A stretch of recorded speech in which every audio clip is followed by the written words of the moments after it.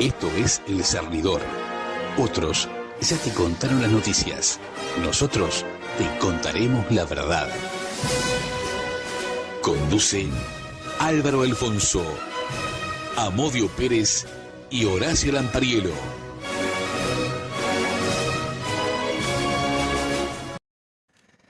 Buenas noches, Uruguay. Hoy estamos al completo. Álvaro César Alfonso, Horacio Mario Lampariello, la asistencia técnica de Javier Caraballo y quien les habla, Héctor Amodio Pérez. Así que ponemos en marcha el cernidor número 275, correspondiente al día de hoy, o sea, 23 de abril del año 2026.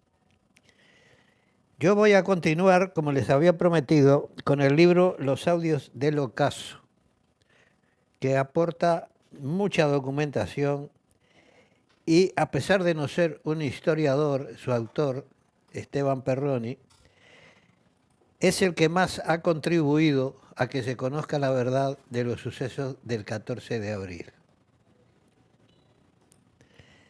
En la página 59 comienza un capítulo que se llama Bardecio, el plan Hipólito y el gallo. Bardecio, el fotógrafo del Escuadrón de la Muerte, detenido por el MLN, el plan Hipólito, la asesinación del 14 de abril, y el gallo, que fue la fuga que se concretó de Punta Carreta, la fuga pequeña, digamos, que se concretó el 12 de abril del año 1972. Pues bien, dice Perroni, enero de 1972 encontró errante a la vaca sagrada número 2, servidor, fuera del comando de Montevideo, pero altamente orgánico dentro del MLN Tupamaros. Para algunos era necesario el desplazamiento, pues desde entonces comenzó a evaluarse cierta peligrosidad, entre comillas, más política que personal. Era claro que la pareja sentimental de Amodio Pérez, la negra Mercedes, instalada en el local de Juan B. Morelli 3727, podría perfilar no solo como un contrapeso a los liderazgos, sino también como un claro palo en la rueda en una recta final que para la mayoría ya estaba en marcha. Se publica a continuación una parte de un reportaje que me hizo Perroni. Yo digo, como estaba sin una tarea concreta más allá del servicio de información y de documentación, que prácticamente lo había dejado, había retomado el tema de la falsificación de dólares y todo eso, como la gente que había vuelto a caer en Punta Carretas, Mujica, Zabalza, Tabaré Rivero, Efraín Martínez Platero, el gallego Masmá, estaba preparando un nuevo plan de fuga. Se me pide que yo me haga cargo de la parte de afuera. Después dirán que no me tenían confianza y todo lo demás. Pero es mentira, porque los que piden que sea yo el que les organice la fuga desde afuera fueron ellos. Me pregunta Perroni, ¿usted se deja caer para integrarse al nuevo plan de fuga? No. Me agarraron porque ese local había caído 2 o 3 días antes y eran tantos los fallos de seguridad que se estaban dando que pasó como un fallo de seguridad más. Pero el local había caído, a tal grado que yo llamo por teléfono al local desde la calle Garibaldi y Emilio Raña y me dan la contraseña, pero era la policía. Y yo voy al local y caigo como un angelito. Dice Perroni, la caída de Amodio Pérez el 23 de febrero de 1972 fue precisamente un día antes del secuestro de Bardecio. El fotógrafo del Escuadrón de la Muerte, del cual Amodio Pérez a esa fecha no disponía de información ninguna, ni de la detención, ni de los hechos que luego se precipitarían. Recién tras la segunda fuga, el 12 de abril de 1972, se sumaría como uno más a las primeras líneas para difundir las actas de Bardecio. El celoso rastreo de los acontecimientos por encima de las perspectivas, memorias y desmemorias de los protagonistas del pasado reciente permite, de algún modo, comenzar a concatenar los nexos entre el local de Morelli 3727 con el de Amazonas 1440, para luego, en los acontecimientos de abril de 1972, entender este nexo con el de la casa de Pérez Gomar 4392. De esta forma se puede urdir la trama de las tres casas claves desde donde el MLN organizó la contraofensiva a los atentados y asesinatos del Escuadrón de la Muerte, que se venían sucediendo contra jóvenes marginales de la organización, por lo menos desde agosto de 1970. Los contactos entre ambas casas, Morelli y Amazonas, tuvieron un jalón nada menor previo a los acontecimientos del 12, 13 y 14 de abril, que de algún modo ilustra subrepticiamente el estado de las relaciones en la interna política, financiera y administrativa del MLN, que luego se plasmarían y ratificarían en la reunión ampliada del 16 de marzo. Para la literatura acerca de los hechos, esa fecha señala, de un modo aún confuso, el lanzamiento del Plan Hipólito. Se sabe que mientras Facinelli, Enrique Facinelli, era el encargado de la construcción de los berretines, en la última quincena de febrero terminaba de modelar su enésimo berretín de fabricación personal en la Casa de Amazonas 1440, donde ya venían pernoctando irregularmente en el sillón del living Eleuterio Fernández Huidobro y David Cámpora, nuevo contador del MLN y responsable del Servicio de Información. En el local de Morelli 3727, la negra Mercedes, mayor jerarquía del comando de Montevideo, se llamaba a reposo con una pierna enyesada, pero pernoctaba a diario con su pareja sentimental, Amodio Pérez, ambos clandestinos, en la casa de Pablo y Sofía, como se conocía el local en la interna de la Orga.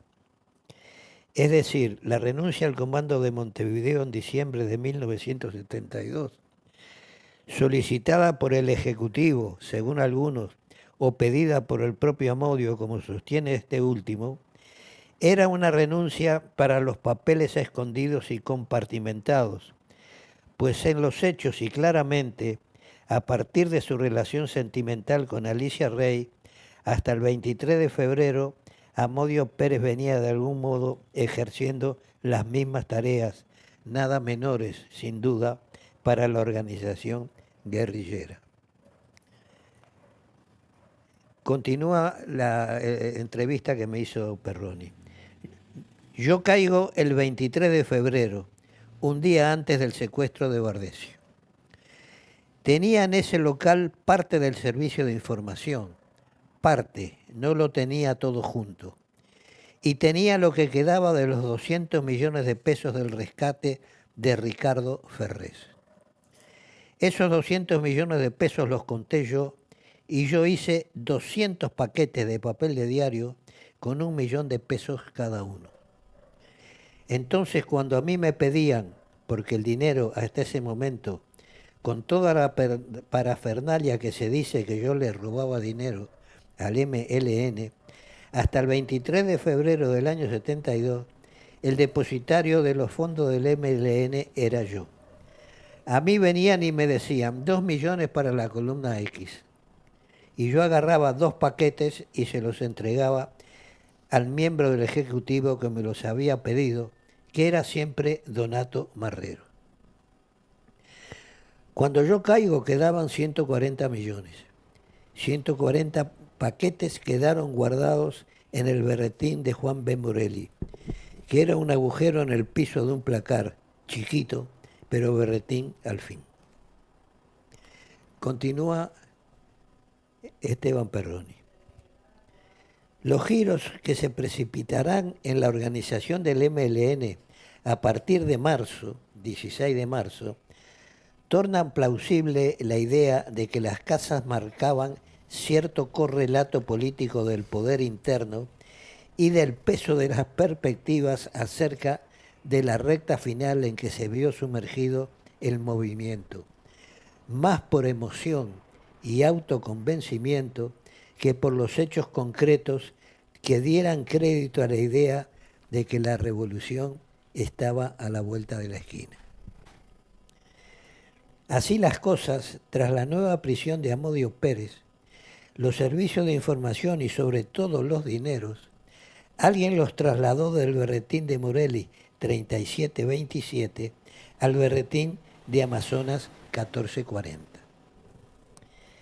Si nos atenemos al botín de guerra monetarizado en el tomo 1 de la subversión, publicación de las Fuerzas Armadas al Pueblo Oriental, página 370, la información contable es al día de hoy parcial y con el devenir del tiempo probaremos sesgada a gusto del consumidor. Es muy probable que gran parte de los dineros disponibles en Morelli al 23 de febrero no llegaran al berretín de Amazonas 1440. Y también ese tema puede haber estado en los rincones discretos de la mencionada reunión del 16 de marzo, pues había que financiar, ni más ni menos, lo que para muchos era la recta final. Aquí Esteban Perroni está aventurando la teoría de que los 140 millones se dividieron entre la calle de Amazonas 1440, donde estaba el ñato Fernández Huidobro, y la columna del interior, que estaba bajo la dirección de Raúl Sendí, que son los dos, Eleuterio Fernández Huidobro y Raúl Sendí, los que dan la noche del 16 de marzo el golpe de Estado interno y se quedan con la dirección del MLN. No fue lo mismo, agrego yo, pudo haber pasado con las famosas libras esterlinas que yo dejé escondidas en la conejera la tarde del 30 de junio de 1970, cuando soy detenido la primera vez. Alguien las encontró y o bien las utilizó para su beneficio personal o se distribuyó subrepticiamente entre algún sector del MLN que estaba maquinando alguna línea divisoria. Dice Perroni, no fueron estos los únicos nexos entre ambas casas, como veremos más adelante. La casa de Pablo y Sofía, si bien cayó después y no en primera línea de guerra, como Amazonas 1440 y Pérez Gomar 4392, fue el escenario de los preparativos del detalle chico del 14 de abril.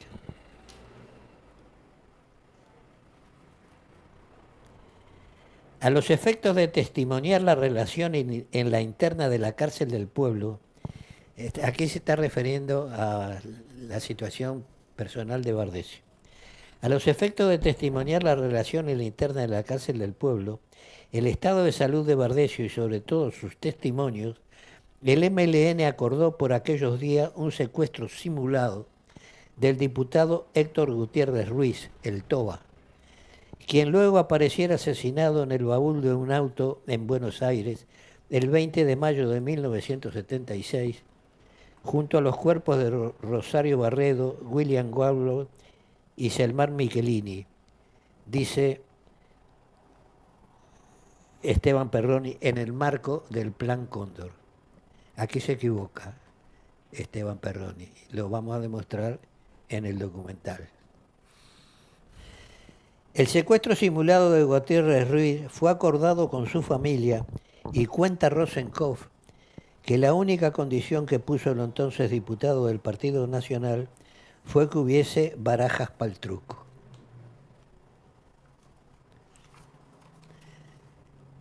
A continuación vienen las actas de Bardesio, que un día las podemos dar a conocer porque tienen mucha amiga, como se dice ahora. El periplo de Bardesio concluyó. Esto es cuando el MLN libera a Bardesio.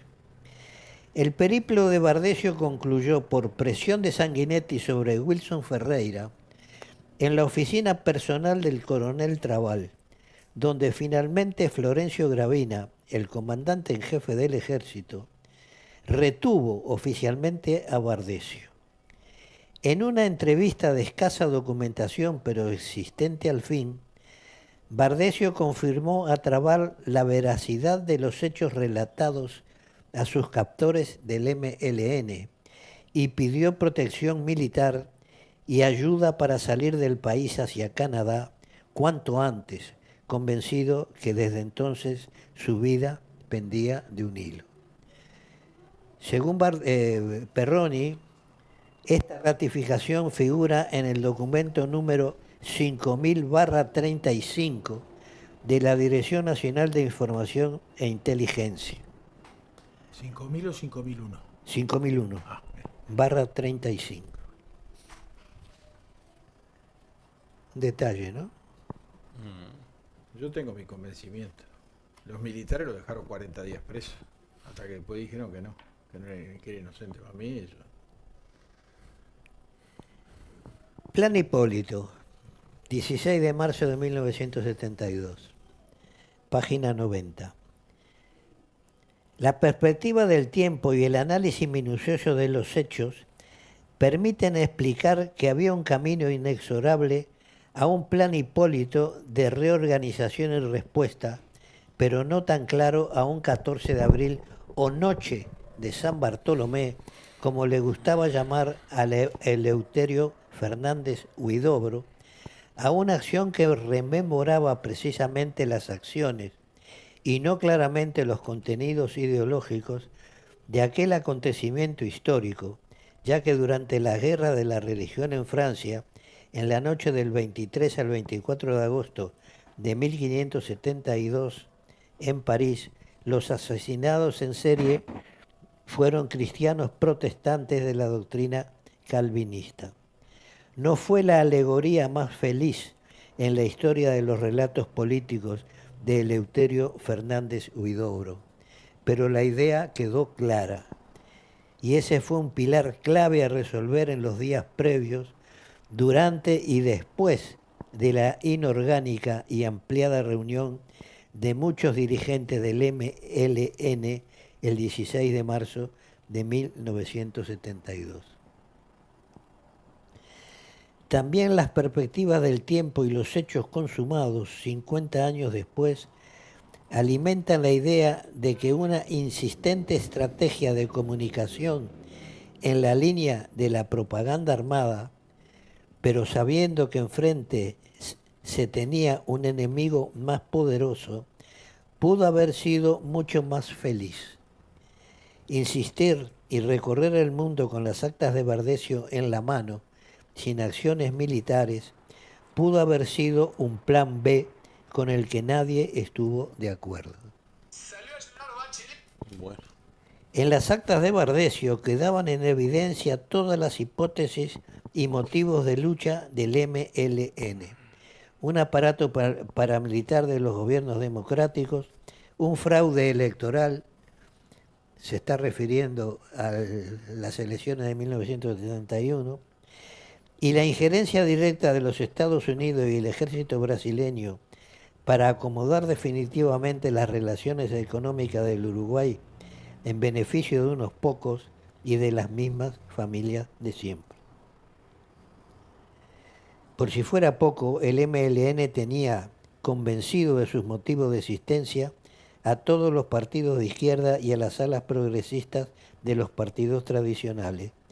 Tenía diálogo y coordinación con todos, pero se privilegió lo militar por encima de lo político. El 16 de marzo finalmente se llevó a cabo una reunión en el local llamado El Complejo, que estaba en la avenida Lezica. Era una fábrica de detergentes y productos químicos cuyo titular era el marido de una militante marginal de la estructura. Era el marido de Clara Aldrigi. No recuerdo el nombre ahora en este momento. En tanto se trató de un encuentro para decisiones rápidas e inorgánicas. Un ejecutivo ampliado a modo de barra debía dar un golpe de timón interno para la organización y externo para el enemigo militar directo. La literatura y el tiempo han ido agregando y quitando participantes que según la situación e interés o coyunturas políticas posteriores, sobre todo tras el advenimiento y desarrollo de la vida democrática después de 1984, han llevado a varios a recrear un acto imaginario futbolero de la época. Excluyamos de los participantes con sentido común a quienes organizaban por entonces una segunda fuga, también exitosa, del penal de Punta Carretas, sin mayor atracción o atención política de la barra reunida en el complejo. Nombremos a José Mujica, por entonces un guerrillero simpático y arriesgado pero medio pelo en términos organizativos, a Amodio Pérez, una vaca sagrada deteriorada, al tambero Jorge Zabalza, brazo incondicional de Raúl Sendic, a Tabaré Rivero, a Efraín Martínez Platero, de una trascendencia política para la organización a esa fecha insospechada, y al gallego Más, a cuenta del total de los 14 que fugaron el 12 de abril. Puede anotarse entonces como participantes, a partir de distintos testimonios, al Ejecutivo en pleno, hasta ese día, Bassen, Rosenkopf, Engler, Marrero y Pidesbures. A esto se suman Candán Grajales, Mansilla y Picardo, entre otros. No nombra a Alicia Rey, pero Alicia Rey participó. Pero los que sin duda participaron de modo presencial o en modo fantasma, así se le llamaba en la interna a quien sucedería a un integrante del Ejecutivo en caso de muerte, prisión o desaparición, fueron Eleuterio Fernández Huidobro, Raúl Sendic, Julio Marenales. En distintos relatos en primera persona da a entender que yo estaba. O sea, hay muchos que, según Perroni, pueden haberse adjudicado el haber estado en la reunión y ser una información falsa. Todo indica que tras una ardua discusión, donde no estuvieron ausentes los gritos y los insultos, no era para menos, ya que estaba en juego la vida de la organización, dos grandes decisiones se encauzaron allí. La primera, política y expresa, era el regreso al que ahora se llamaría Secretariado Ejecutivo. Le cambiaron el nombre al Ejecutivo, le pusieron Secretariado Ejecutivo. De Eleuterio Fernández Huidobro, que junto con Candán Grajales, figura principal de la columna 15 en esos momentos, eran los dos recambios estratégicos para los acontecimientos que se venían. Fueron sustituidos Nepo Bassen, quien quedó igual en la primera línea de fuego, como veremos en el próximo capítulo, y Donato Marrero, ya no del todo funcional a los tiempos que se venían. Rosenkopf y Engler permanecieron. La segunda decisión fue militar y subrepticia, compartimentada en términos de que se dará respuesta a los ataques del escuadrón. Era poner en marcha ni más ni menos que la noche de San Bartolomé, a la que invitaba toda la información acopiada en las declaraciones de Bardesio, registrada en las actas que, en primera persona, como lo avalan múltiples testimonios, lo invitó a redactar Mauricio Rosenkopf.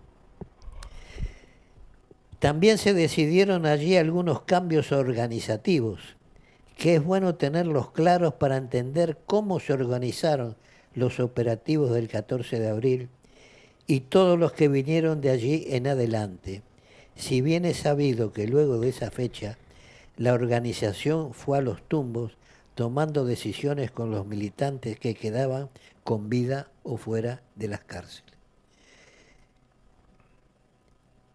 Yo voy a ampliar un poco este párrafo. El MLN inició la campaña del 14 de abril y el plan de 72 en medio de una reorganización interna que se decide la noche del 16 de marzo. Cuando a mí me llega la información de la nueva organización y estoy en la celda con Zabalza, yo digo, esto es un disparate, se han roto todos los circuitos de comunicación interna. Fue un trastoque de posiciones absolutamente caótico. En esas condiciones el MLN inicia las acciones del 14 de abril. El 14 de abril salió mal y agarró a una organización que era un tembladero interno, a tal punto que se decidieron acciones sin saber que los integrantes de los grupos que se decía teóricamente que las iban a llevar adelante estaban rotos porque sus integrantes estaban presos. Así de claro. Zabalza cuenta esto en el libro de Hugo Fontana, La piel del otro, donde cuenta, el negro estaba desesperado. ¿A dónde fue a parar a fulano? ¿Y dónde metieron a sutano? Claro, ¿cómo le iba a estar desesperado? Habían roto el MLN. Así le fue. Después le echaron la culpa a otros. ¿Y eso gobierna en el país? No, pero es la misma escuela. Son otro. Pero es la misma escuela. Hace poquito estaba Mujica. Sí, bueno. Huidobro. El mayor tiempo lo gobernaron ellos, que gobierna el frente. En ese momento, entonces, las llamadas columnas pasaron a llamarse macrocolumnas, para evitar columnas especializadas, al contrario, las especializaron más. Le pusieron en la jerga la sigla del Ministerio de Salud Pública, MSP, ya que cada macrocolumna tendría el sector militar, el sector servicio y el sector político. Por ejemplo, la noche de San Bartolomé, en el lunfardo Fernández Huidobriano, le adjudicaba 2 operativos a cada macrocolumna. Como iremos viendo en el desarrollo del capítulo siguiente, no fue tarea fácil seleccionar los objetivos del 14 de abril. La larga lista de nombres documentados en las actas de Bardesio obligó a un estudio minucioso, principalmente para detectar las jerarquías del escuadrón, que eran las que mayor información tenían del conjunto de las acciones. Acto seguido se debió valorar qué operaciones suponían un ajusticiamiento revolucionario y en cuáles era más estratégico realizar un operativo de secuestro. La idea que impuso finalmente Fernández Huidobro también obligó a ser exhaustivo en la cantidad, pues el formato suponía pocos atentados y rápidos. Había como 8 atentados para el 14 de abril. Yo aquí creo que Perroni valora mal la cantidad. No es un defecto, ignora en el sentido de que no conoce cómo funciona una organización clandestina. Lo que nunca se dudó en la interna de la organización fue que el cargo clave por su rol intelectual y de nexo entre el Escuadrón de la Muerte y el gobierno de Jorge Pacheco Areco era el interventor de Educación Secundaria y subsecretario del Ministerio del Interior, Armando Acosta y Lara. Yo voy a dejar por aquí. Continuaré el próximo lunes. Yo no sé qué opinan ustedes, pero esto es definitorio en cuanto a muchas de las cosas que yo he venido diciendo durante años. Sí. ¿Eh? El 14 de abril, en realidad, todo el accionar del MLN a partir de la fuga de 1971 ha sido un disparate. En primer lugar, la fuga. No supimos valorar que le metíamos a una organización clandestina la responsabilidad de ocultar a 111 clandestinos nuevos. No había sitio. No nos dimos cuenta de eso. Pensamos que el éxito era tal que esos detalles no tenían importancia. Y ahí fue el desmadre, el despelote, como quieran llamarle. Tenemos algunos mensajes. En fin. Yo decir algo? creo que el día que se escaparon empezaron a perder. Sí, efectivamente. De acuerdo. Y que se concretó con lo de el 14 de abril, el 18 de mayo y después la caída a la cárcel del pueblo. Eso era... Pero hay algo peor todavía. El gran lío se les arma, como decís vos, cuando se fugan. Pero después ese golpe de estado interno termina generando un gran lío. Porque empiezan a decir, bueno, ahora vamos a hacer tal cosa sin consultar a nadie ni a los tipos que tengan afuera. Entonces empiezan a hacer crecer la bola de nieve para la caída libre. No, pero hay ¿no? Que lo hicieran. Porque... hay otro problema. La fuga se realiza cuando estamos a 2 meses de las elecciones. Se le promete al Frente Amplio y a Wilson Ferreira Aldunate que durante ese periodo de tiempo el MLN no iba a actuar. Decreta una tregua. Pero ¿qué pasa? Internamente la gente empezó a soliviantarse, a decir, ¿y por qué tenemos que darles una tregua? Para estar como estoy, encerrado en este local, prefiero estar preso. Y empezó a crearse un caldo de cultivo en lo interno que se le fue dando salida realizando acciones de pertrechamiento, que se llamaba. Se empezaron a robar laboratorios, casas de ropa, zapaterías, sobre todo fábricas de botas, laboratorios fotográficos. Armería era muy difícil. Entonces se llama la etapa del accionismo. Y se dice, eso fue un error. Claro, fue un error, pero lo motivó la situación interna. O sea, hay un germen, es como un grano que va creciendo, que es la fuga.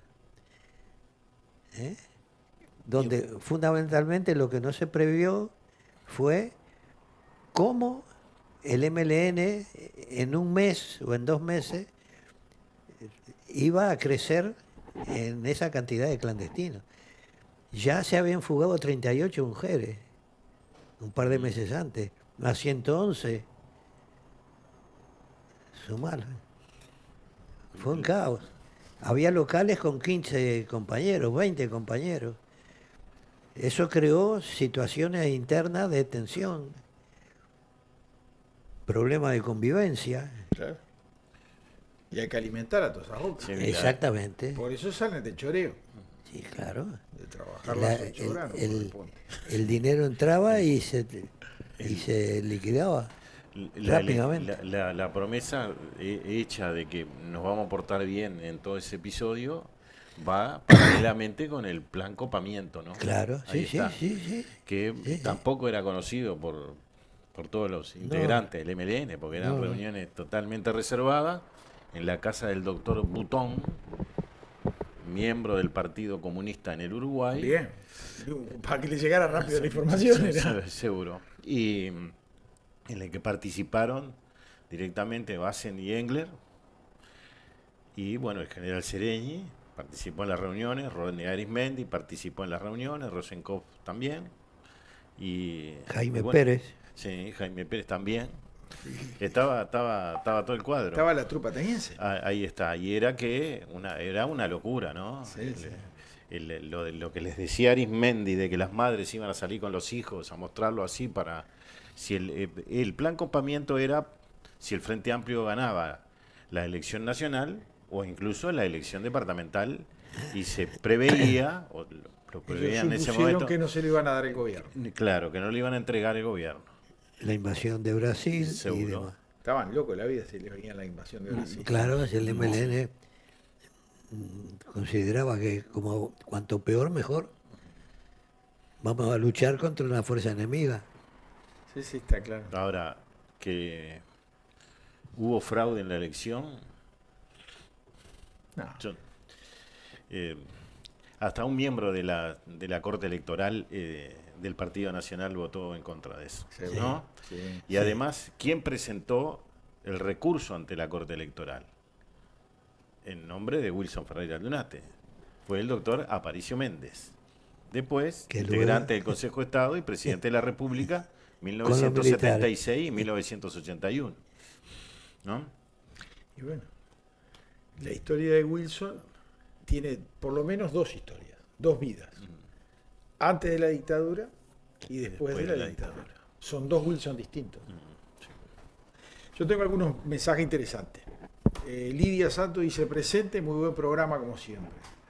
Carlos dice, buenas noches, hoy los puedo seguir en vivo. Saludos especiales a Alan Pariero de parte de Aquiles. Aquiles, me acuerdo de ustedes siempre. Gran trabajador. Peñarol nomás, dice, muy buen programa y buenos trajes. Jaja, tienen evento hoy. Saludos a todos. Eso va por ustedes. No, no. Venimos de saco. No, pero ¿qué pasa? El tipo de saco en la cámara sale con brillo. Los dos salen brillos. Sí, bueno, los dos salen. No, pero no tiene brillo. ¿No? Sí, te va a ver el programa después. Esta Yo lo estoy viendo ahora. esta parte de mi cabeza sale con brillo también, y yo no tengo brillo de arriba. No. Mire que no, está bien, salió lindo. Nos manda saludos Sergio Damián. Javier 737 nos manda 2 deditos para arriba. Eduardo dice, ¿tienen alguna novedad acerca de la fecha del documental? Bueno, no, era que el otro día, al final del programa, dijimos con Amodio que íbamos a hacer algún comentario hoy. Sí. En realidad, la primera quincena de mayo va a salir un adelanto. Un tráiler. Sí. De 3-4 minutos. Ahí está. Capaz que lo tiramos a 5. Sí, de lo que contiene el documental. Bueno, hemos avanzado mucho, diría, y estamos, no le digo en los 300 finales, pero bueno, estamos llegando a los 300 finales. Veremos. Exacto. A ver cómo... Lo concreto es que todos ustedes, y esperemos que todo el Uruguay lo reciba o lo pasen, porque ahora sería bueno que todos los televidentes pudieran compartirlo con todas las personas que conocen. Exacto. Ese trabajo que se va a hacer ahora, que es mostrar el contenido en 4 o 5 minutos, que no es una cosa muy fácil porque van a tener que ser frases de mucha gente de 10, 15 segundos, no más, pero bueno. Sí, no es fácil, porque les adelanto, como documental por lo menos va a tener 4 capítulos, 4 o 5, o sea que no es fácil, porque hacer un tráiler de 4 o 5 capítulos es complicado. Pero no vamos a circunscribirse solamente en el tema de los asesinatos de Miquelini, Gutiérrez Ruiz, Guairo y Barredo. Exactamente.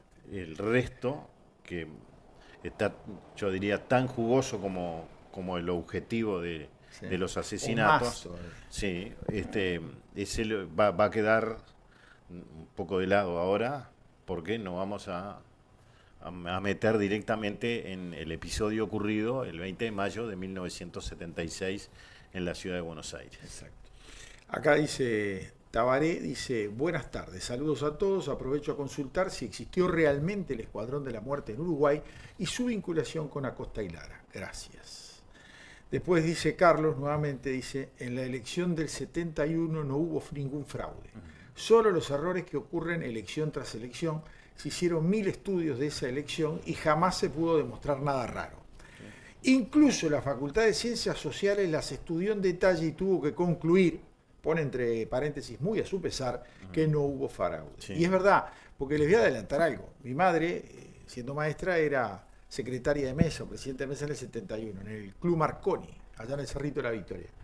Y toda la mañana luchó porque habían delegados del Frente Amplio que trancaban la fila, molestaban para que la gente no pudiera votar. De esas cosas, abundante. Y la vieja, que era muy demócrata, se había emperrado que votaba hasta el último ahí. No importa lo que votara, pero que votara había que votar.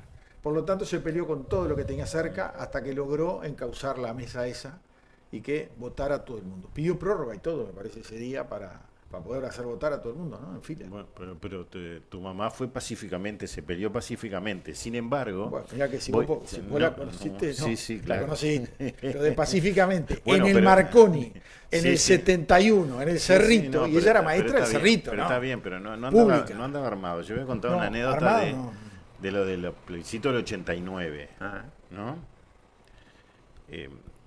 En algún momento los militares que después fueron presos, los primeros, Sí. comenzaron a enterarse que los cabecillas del MLN y algunos más estaban haciendo lo mismo que en el 71. Porque les gusta, Sí, no les gusta la democracia. Seguro, y entonces tomaron las armas Sí. y llamaron por teléfono y fueron. Eso está escrito en un libro, ¿no? Y bueno, y ahí se calmó la cosa. Y es lo que vamos a hablar ahora un poco, porque nuevamente van a dar otro golpecito de Estado. Sí, pero para que sigo con Sí, los no, mensajes pero y digo te que, lo dejo que en tu vamos, tema. que vamos a hablar después. Ahora hablamos. Bueno. Está excelente es eso. El 494 dice, buenas noches, se compraron trajes de alpaca en Buenos Aires, signo de interrogación, están tan brillosos como los viejos trajes de alpaca de los argentinos, signo de admiración. Es en serio, yo lo estoy viendo y sale con un brillo bárbaro, no Bueno, está mintiendo pero el televidente. Es una chaqueta vulgar y corriente. Española, esa es fina, esa es ¿Eh? española. No, es es- comprada aquí en Montevideo. El 260 dice, buenas tardes, saludos para todos. Aprovecho a consultar si existió realmente... No quiero hacer, me lo puso acá no de quiero vuelta. hacer propaganda de donde la compré. Está bien, no lo- No, acá no hay aviso, ¿entendió? Acá, Como no. decía Valle, ¿entendió? No, acá no podemos vender publicidad. Yo Es una después que- lástima, eso es Sí, una claro. lástima. Yo quiero contestar después a Lo del, sí, ya lo lo del contesta. Ecuador. Espere que yo hago todo y usted contesta. 561 dice, buenas noches gente, soy televidente nuevo, vamos arriba, saludos, Javier. Muchas gracias, Gracias, Javier. Javier. Y difunda el programa, que es bueno. El 175 dice, Amodio, ¿por qué Gabazo no murió en Domingo Arenas? ¿Qué arreglo tenía con el MLN? Es otra pregunta para contestar ahora después, si quiere. Espere que saco los cosas y usted ya tiene dos. Ya le tiraron dos para que se entretuviera. El 181 dice, buenas noches, Lamparielo.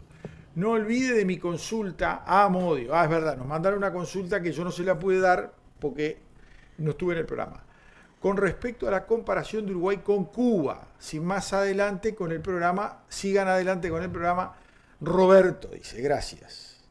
Esto refiere a cuando usted dijo que en los años 89 el Uruguay estaba igual que Cuba. Y yo le dije que por lo menos en No, Uruguay no. teníamos libertad y democracia. No, yo dije que el año 98, cuando yo 98. cuando yo vine, me encontré con una ciudad en decadencia total. Y mucho más en decadencia cuando volví en el 2015.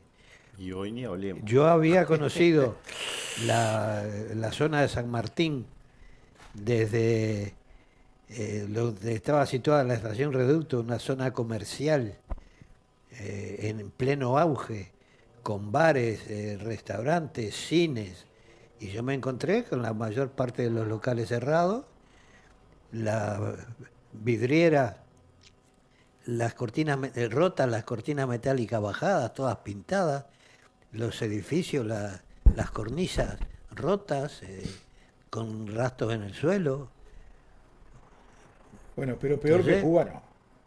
Para mí era lo mismo, vamos, era lo mismo. A ver, Cuba estaba Yo hundido decía, desde no antes solo y no ahora. yo hice una nota que decía, no solo no hicimos la revolución, sino que ahora no hicimos la revolución, pero estamos igual que Cuba. Y publiqué las fotos. Bueno, yo no, igual que el televidente, tengo matices. Bueno, De sí. partir de que ellos no tienen democracia, nosotros la teníamos, Bueno. ya esa es la más grande. Pero Bueno, sí. puede contestar porque por ahora le voy a sacar los mensajes por un rato. Voy a contestar la primera, la del Escuadrón de la Muerte. Sí. Vamos a ver, la de Acosta y Lara. Bardesio los indicó. Fue Bardesio el que señaló a Acosta y Lara. Y en las actas de Bardesio, que algún día las vamos a leer, pues si ustedes no las conocen, lo señala con toda claridad. Lo responsabiliza de toda la organización del Escuadrón de la Muerte. Escuadrón de la Muerte o Comando Casa Tupamaro. Bueno, ¿y qué que era- hacía el comando Casa Tupamaro? ¿Qué hacía? Pues lo que hizo fue, desapareció a Abel Ayala y mató, aparecieron el cadáver de Íbero Gutiérrez, hizo desaparecer a Héctor Castañeto y mató a Manuel Ramos Filipini. ¿Ustedes antes de esas desapariciones y muertes habían hecho desaparecer alguna muerte de algún policía y eso? Sí, claro. Sí, sí. Está. Sí, Está sí, claro bueno, como dice, bueno. no estoy a favor de los escuadrones de la muerte. Bueno. Para eso está la justicia. Ahí- ahí- Sí, Pero viste que cuando que vos sí, despertás bueno, al bicho, pero, el bicho pero precisamente Sí. estamos dando por hecho que digamos que la reacción de algunos miembros que estaban señalados como integrantes del Escuadrón de la Muerte, en especial Campos Hermida, fue una reacción temperamental. Su función verdadera era detener y llevar a procesar. Y lo que hicieron fue matarlos. ¿Por qué? En una reacción personal. Sí, Fue visceral. ¿Qué pasa? Que esta gente apenas eran periféricos del MLN. Eran simples colaboradores. No tenían ninguna integración, salvo el único que aportó documentación y es el primer desaparecido, es Abel Ayala. Porque Abel Ayala es el que entrega el fichero de sanidad policial donde consta los domicilios de todos los miembros del cuerpo policial y es de allí donde surge la dirección real de Héctor Morán Charquero, Que es asesinado por el MLN. que es muerto exactamente por el MLN en la Rambla de Parque Rodó. Ahí, Ahora- hay otro, perdóname, hay otro elemento que es el que Bardesio dice que eso lo dijo un policía, Benítez, de apellido, y que Benítez no fue citado por la justicia, no se presentó, pero hay una declaración en el diario oficial que vamos a encontrar. De la época. A ver qué dice, ¿no? Sí, pero Es el mismo que colaboraba con el Partido Comunista en el Uruguay, en una motoneta, le dejaba la mercadería y Ya le sacaba dejaban la plata, mercadería de él. sacaba la plata de él. Sí, seguro, pero claro. ese Benítez no Sí. era informante del MLN, No, no, sino no, del Partido del Comunista. Partido Comunista, ahí está. Por eso. Y era policía. Sí, Sí, sí. va. Sí, sí. Bueno, sí, era policía. Sí, era claro, un, sí, sí. era Sí, un miembro del partido, o por lo menos informante del Partido Comunista, rentado, sobornado, con lo que quieras, pero no tenía nada que ver con el MLN. Y en el cuerpo de Íbero Gutiérrez quedó un papel, un volante, que decía: vos también pediste perdón, bala por bala, diente por diente. Claro, era visceral la reacción. ¿Sí? Entonces, Escuadrón de la Muerte o Comando Casa Tupamaro es lo mismo. Estos muertos aparecieron muertos. O sea, no se puede negar que los muertos existieron. Bardesio dijo que fueron ellos. Y cuando lean las actas de Bardesio, o cuando escuchen las actas de Bardesio, o si las consiguen, lean las actas de Bardesio, yo creo que están publicadas en internet, me parece. Sí, nosotros las tenemos. Por eso. Está. Van a ver que Bardesio hace un relato en primera persona sin ninguna presión. Es como si quien está escribiendo una redacción en el colegio. Similar a la de Barrio No Tupa de tiene la más expreso. mínima preocupación por su vida. Él sabe que diciendo la verdad va a ser liberado. No hubo ni tortura, ni apremio, ni nada. Él sabía que diciendo la verdad, contándole al MLN lo que él sabía, su vida estaba a salvo. Y cuando el MLN lo libera, ¿quiénes lo reciben? Wilson, Sanguinetti y algún militar, ahora no recuerdo Y Gutiérrez exactamente. Ruiz. Y Gutiérrez Ruiz, exactamente. Gutiérrez Ruiz.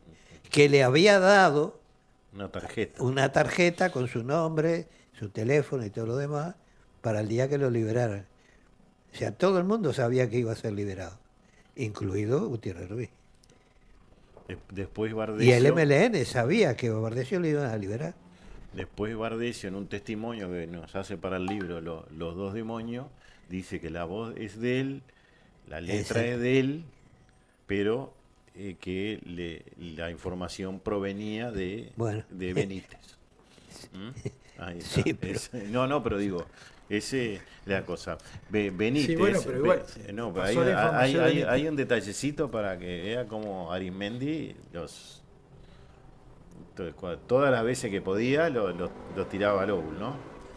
Benítez le pasaba muchas veces los operativos que se iban a hacer contra el MLN de parte de la policía. Se lo pasaba a Arismendi. Y Arismendi razonaba políticamente y a veces les avisaba Y otras veces. y otras veces no. ¿Mm? Qué Para dicho, que vean Mirá. los moralistas del otro lado. Claro, yo tengo, mira, más, porque este tema levantó mensaje. Dice Carlos, coincidiendo con usted, no se olviden que en esos años se filmó en Montevideo la película Miami Vice, Miami Vice, porque era la ciudad americana que más se parecía a La Habana por su estado ruinoso. Después Lucio Cruz dice, por lo que he visto, en mi humilde opinión, el MLN siempre trabajó a favor de la ley de caducidad de la pretensión punitiva del Estado. Bueno, sí, hasta que Mujica negoció con el Partido Comunista, con el PVP, y dejó que votara ese tema para derogarla. En realidad no negoció, se entregó. Claro, No soportó la presión del Partido Comunista en el Uruguay. exacto. Y, Después es acá... es el gran responsable que te preso, ¿no? Vamos a decir como es, porque echarle la culpa a los otros, él es el gran responsable, De que esté porque preso. ¿en qué gobierno la ley de caducidad marchó Arespiedo? En su gobierno. Exacto. Y además pasando, violando todo lo que pueda haber, porque en el caso, primero fracasaron en un mes y no podían haberlo hecho en ese año, igual lo hicieron, porque no les importa un carajo la voluntad popular. Y ahora va a arrancar con ese tema. Y ahora vamos a decir que tampoco le importa a este gobierno, le importa un carajo la voluntad popular. Y mirá que dice así, exacto, le dice Javier a Carlos. Dice, exacto, lo de Miami Vice no me acordaba, así fue, dice. Y él le contesta, usaron la Ciudad Vieja para la filmación, me dio vergüenza ajena. Y tenemos mensajes por WhatsApp, pero los tengo en audio. Los de audio, a ver. No, hay partes que no. El 069 dice, buenas tardes, señor Héctor Amodio Pérez, Horacio Lampariello, Álvaro Alfonso, lindos sacos, brillosos. Cuando pasen el cortometraje me lo pasan, que lo quiero, lo transfiero a la población. Gracias, saludos desde El Dorado, 18 de mayo, Las Piedras, Canelones, Sandra Loren dos Santos, Víquez. Un saludo a todo. La población, nací, conocí la historia real, dice. Y Después tengo- Horacio, sí, ya que estamos con el cine, que estamos hablando de eso, Sí. Es la luz. se firmó. Yo creo que es la luz. Mira que lo mío no brilla, y tengo la misma luz. Eso tiene un nivel de brillo. No nieguen lo que existe. No, está bien. No se ruboricen, está bien. Yo cuando tenía 15 años saco de pana está brilloso. sí, Saco sí. de pana para ir a los cumpleaños de 15. Eso sabe cómo brilla, es un disparate lo que brilla. En ¿Vos el- qué opinás, Javier, ahí? Sí. Y aquel, ¿sabe dónde brillan los hombros? ¿Viste? Pero lo tuyo, sos una luminaria acá en el medio de la pantalla. Pero no encandila. Te estoy diciendo que está costando mirar. Espero que no encandile, porque si no, me lo saco. Se está preparando para la alfombra roja Me lo saco. Claro, sí, sí. de Hollywood. Sí, Se está sí, preparando sí, para claro. eso. A ver, Bueno. a ver. No te lo No, saques, no, no, no, jodas. no. A ver, No. brilla el buzo, brilla. Pará que me fijo, pará que me fijo. El buzo no brilla. brilla cuando vos pones el saco. Ah, muy bien. ¿No? ¿Es verdad? Porque el saco te hace de espejo. Sí, está, Bueno, prometo que no lo uso. No, nadie no me te lo- está diciendo que no, al revés te queda bárbaro. No es para que no lo use. Estamos más finos. Bueno, bueno. Más fino. No, Bueno. pero si te ponías así en aquella época cuando éramos, te decían, estás de chacho, como que estabas de Playboy porque estabas Seguro, vestido. seguro. De Claro. corbatita, Sí. corbatita fina, en la época mía. Y cuando hablábamos de cine, acá la esposa de Costa Brava, Michelle Raíz, van a secuestrar, ¿no? La secuestra, otro simulado, ¿no? Eso sí. Y Pero eso fue el OPR. seguro, claro, pero ese le echaban las culpas también al MLN. Claro, como hizo la película Estado de Sitio, ella fue y recogió información durante los días que tuvo Detenida, presa, seguro, secuestrada. secuestrada.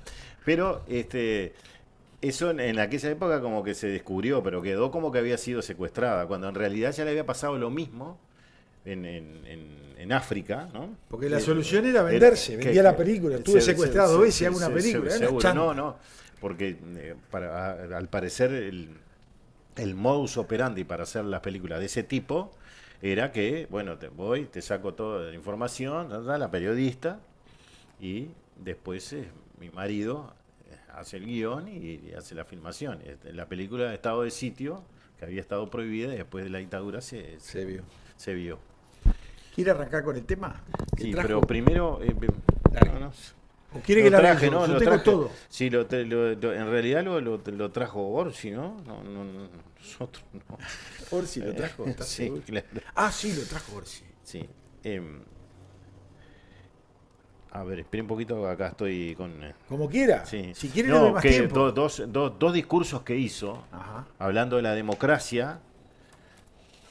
Sí. Por ejemplo, el 6 de abril de este año, ¿no? ¿Ah? Firmando la declaración de Chapultepec y de Salta 2 impulsados por la Sociedad Interamericana de Prensa, la CIP. Sí. Y dijo, es bueno reconocer que desde el retorno a la democracia cada gobierno democrático ha aportado lo suyo para afianzar las libertades y la democracia. Desde la modificación de la ley de prensa de la dictadura, aprobado durante el primer gobierno del doctor Julio María Sanguinetti, pasando por la ley que limitó el uso de delitos de difamación para atacar a la prensa, aprobada durante el primer gobierno de Tabaré Vázquez, o la aprobación por consenso de todos los partidos políticos de nuestra ley de acceso a la información pública. Presidente, me tocó la cola. La verdad, me la tocó. Porque lo que usted dice acá de la ley aprobada en el gobierno de Tabaré Vázquez, la tuvieron 14 meses en un cajón en el Parlamento, porque así me podían marcarme en la justicia y procesarme por una palabra de un libro. Ustedes la tuvieron 14 meses guardadas para poder procesarme. Así que vamos a no mandarlo a la parte de lo que hizo Tabaré Vázquez, porque esa ley estuvo 14 meses guardada para poder procesarme. En el momento que hubo Homero, que hizo varios mandados, ¿no? Dalmao, los mandó a Chile y me procesó por una palabra de un libro. Pero en la sentencia dijo que yo era una persona buena, ¿no? Y que no me iba a portar mal. Más o menos esas son las palabras que dijo. Nosotros damos fe que Bomero tenía razón. No, Sí. que es una persona buena. No. Por eso. Que es una persona buena. No. Ahora Sí, bueno. que aceptes Pero- un epíteto de Bomero, Claro. te lo regalo, ¿no? Seguro, claro, Decime por eso. que Bomero te diga que sos una mierda, Seguro. te favorece. Mejor, sí, pues, Porque claro. si el tipo está enojado contigo, es lo mejor que te puede pasar en la vida. No, le molestó cómo empezó el libro, juicio al PSU, porque yo el día que me procesó me vine y me dio la mano, y la tenía, en serio, la tenía húmeda la mano, porque había tomado una decisión con la cual era una palabra de un libro. Creo que puedo ir Y al no, récord pero de no fue Guinness por y la ganar. palabra, fue por no revelar la fuente. No, pero además eso, sí, pero eso Porque si tiene que usted ver- revelaba la fuente, a usted no lo procesaban, lo cual violó todas las normas que dice que con esa ley, papá, dijo el señor. Y dos de las fuentes Orsi. estaban sentados atrás mío, ¿no? Claro. Me podía haber dado vuelta y decía... Pregúntele a fulano y a mengano. Fulana y fulana, ¿no? Pero bueno, está. Esa es otra cosa. Lo que pasa que lo que no entienden muchas veces los jueces es que si uno hace eso, se tiene que dedicar a ir a la feria, a vender papa y tomate. No puede seguir en este ramo, si usted entrega la fuente. No sé, la fuente no Claro. se entrega. Bajo ningún Y dice además, artículo 2 de la ley de prensa. y dice además, por supuesto, la construcción de la democracia nunca está culminada y en esta nueva etapa era la de la comunicación. Surgen nuevos desafíos vinculados a las plataformas de Internet, donde hoy circula de todo. No obstante, en nuestro país tenemos una coincidencia fundamental para resolver discusiones que tocan derechos fundamentales. Siempre debe tomar parte el Poder Legislativo. Al afirmar estas dos declaraciones me comprometo a respetar los principios que ellos contienen. En realidad el Poder Legislativo no puede tomar siempre No, mentira. elecciones, referéndum y plebiscito. El legislador es el pueblo, como les gusta decir a ustedes. Es la voluntad popular, que es lo que ustedes están violando sistemáticamente. Y ahora con el tema de la ley de urgencia, la van a hacer de goma, ¿no?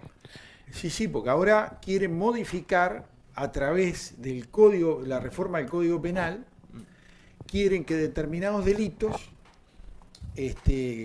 con el auspicio de las promesas que hizo el Frente y la contenteza de Odone, esto lo digo yo a título personal, Sí, de sí, Odone, sí. que se pone contento, quieren liberar presos.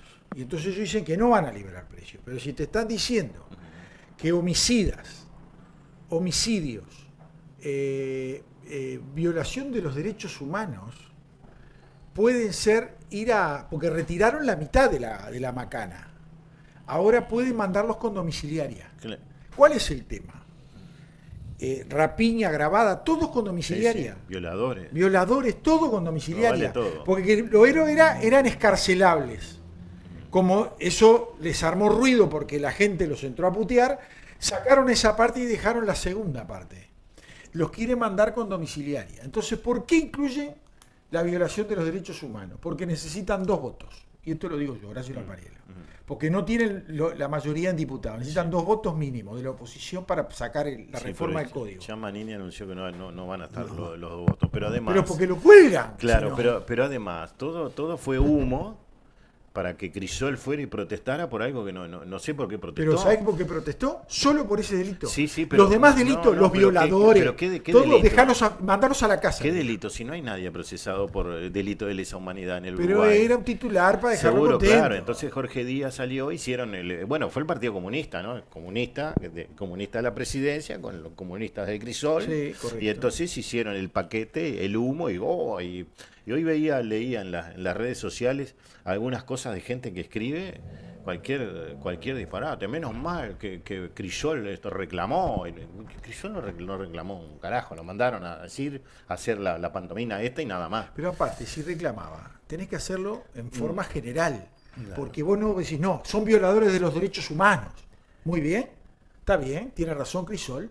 Pero ¿y el violador sexual? ¿Y el asesino agravado? Y a ese por ese no pedís. Claro.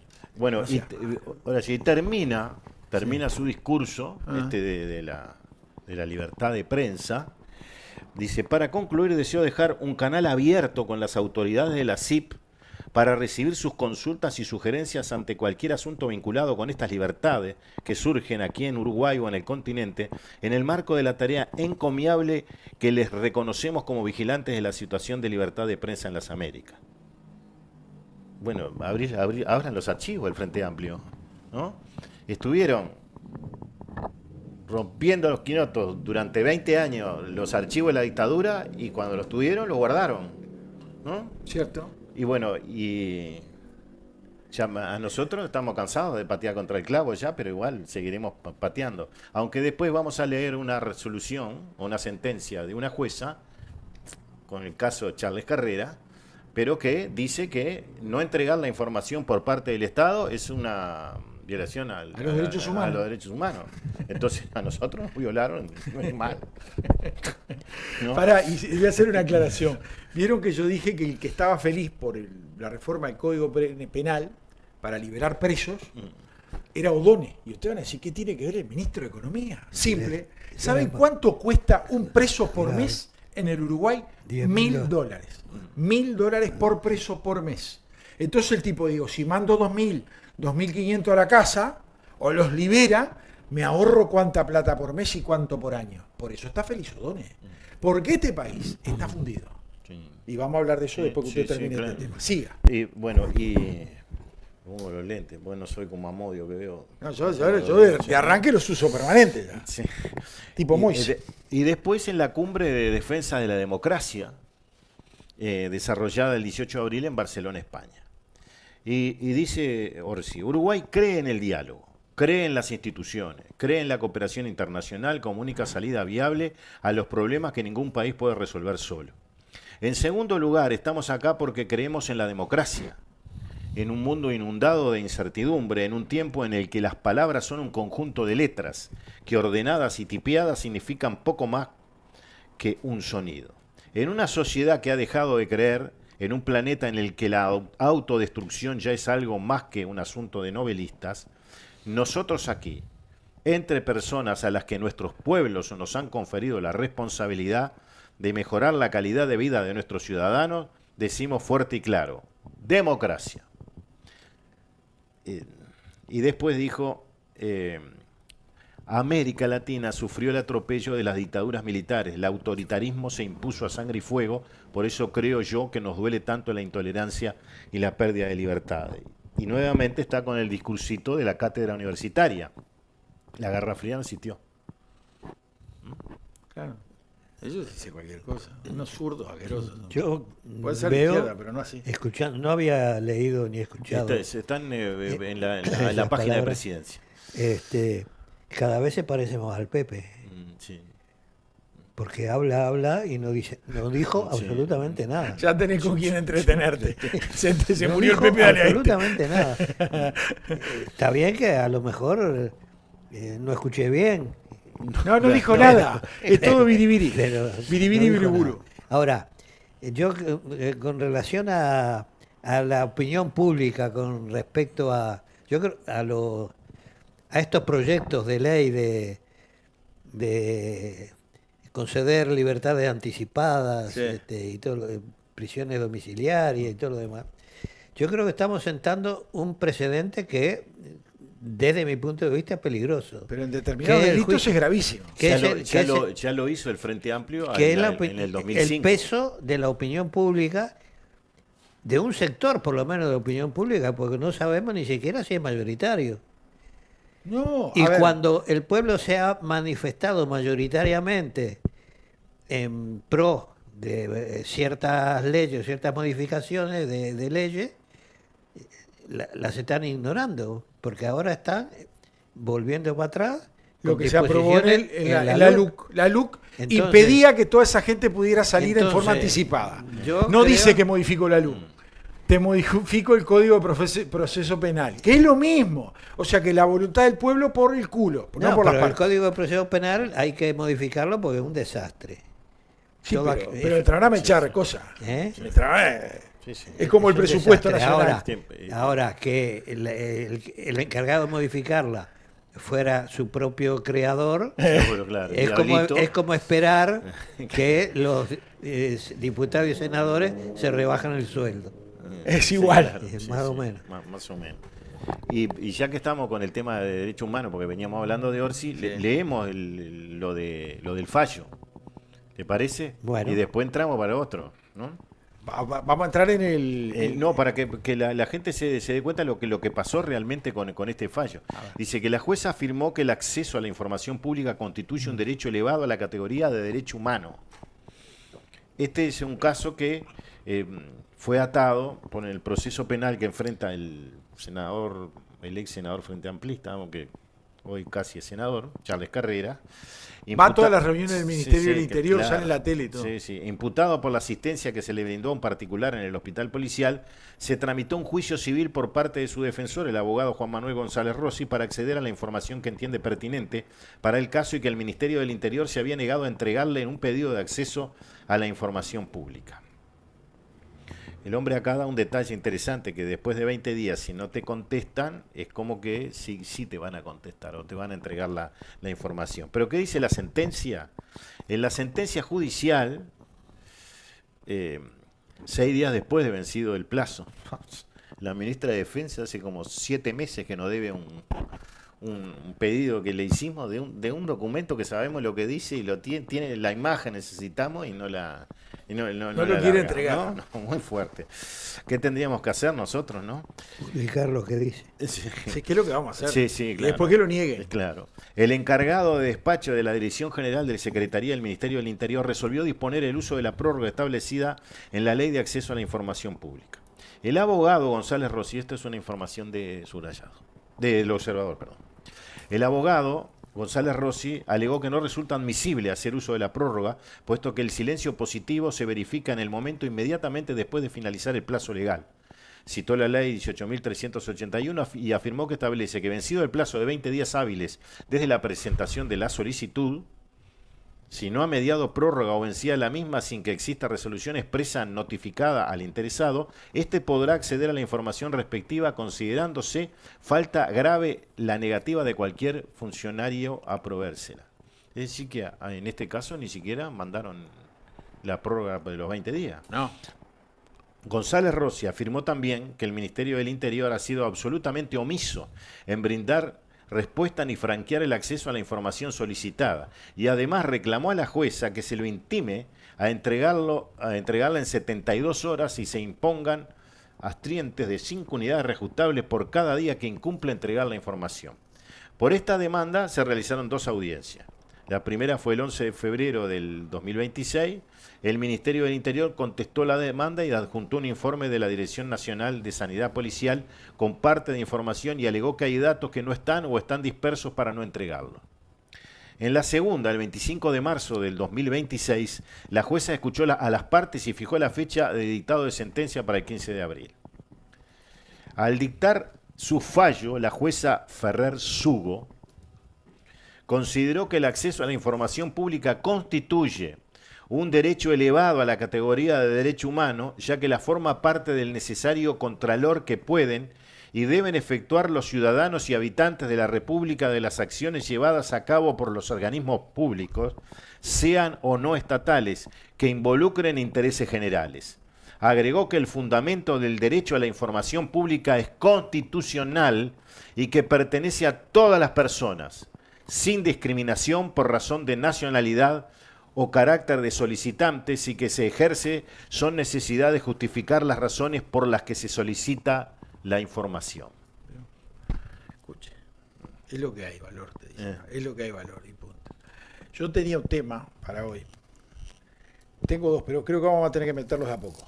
Le voy a pedir ver el de el diputado Felipe Schipiani, Sí. sobre el tema impuestos. Esta gente dijo que no iba a poner impuestos. ¿Se acuerda? Sí. Bueno, nos viene vacunando por todos lados. Pero hace algunas cosas. 2 veces lo dijo, ¿no? Lo repitió por la No, duda aparte, para que quedara onda, y tranquilo. lo afirmó. Y tiene mal, lee mal, porque está leyendo, y lee mal y le queda feo leer mal. Porque no pone la voz correcta. Entonces te das cuenta que ni leyendo queda bien. Este fue el señor, del señor ministro Odone, lo único que quiere es plata. Y como él había dicho que él no hablaba de no poner impuestos, porque él lo contradijo al candidato a presidente en ese momento, Orsi. Enseguida le preguntó, dijo, no, decir que no se puede poner es no me acuerdo cuál fue la palabra, pero lo trató poco menos de irresponsable, que era una irresponsabilidad.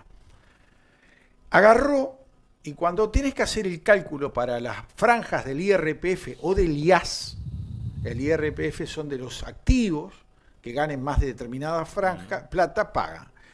Los aumentos que se hacían para corregir la franja, cada vez que se hacen los aumentos salariales, eran distintos. El gobierno de la calle Pou se preocupaba de que la franja tratara de subir más rápidamente y que no quedara chata.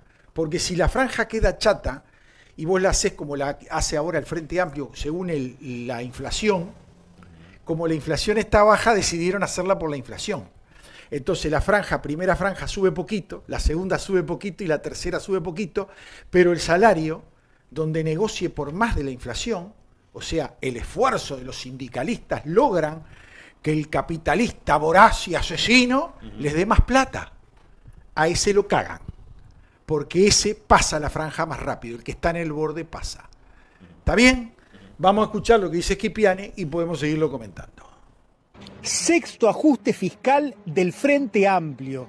El gobierno cambió la forma de actualizar la base de prestación y contribución y los trabajadores y los jubilados van a pagar más impuestos. Míralo. El gobierno decidió cambiar el mecanismo de ajuste de la base de prestación contributiva, es decir, la unidad de medida sobre la cual se calcula el mínimo no imponible del IRPF. En vez de tomar la medida que se venía aplicando hasta el pasado periodo de gobierno, del 2020 en adelante, el índice medio de salarios, decidió ajustarlo por el IPC, es decir, por la inflación. Eso lleva a que el aumento del mínimo no imponible de las franjas sea menor del que hubiera sido si se hubiera utilizado la unidad del índice medio de salarios.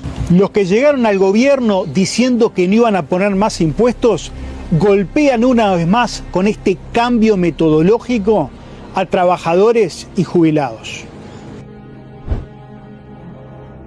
Ahora yo voy a leer un artículo. No voy a decir quién lo hace y después se lo voy a comentar. Cambio en el ajuste de las BPC, las bases contributivas, ¿no? Y su impacto en el IRPF, dice. Pero no solo en el IRPF, es también en el IAS. El Poder Ejecutivo resolvió ajustar la base de prestaciones y contribuciones por inflación más un 20, modificando el criterio aplicado en el periodo anterior. La economista Alejandra Pico, del Instituto Cuesta Duarte del PIT-CNT, explicó cómo incide esta decisión en las franjas del impuesto a la renta de las personas físicas. Entonces dice, y ahí hace toda una explicación de la ley por la cual se tienen que hacer, se crearon las BPC, cómo se tiene que calcular, ¿no?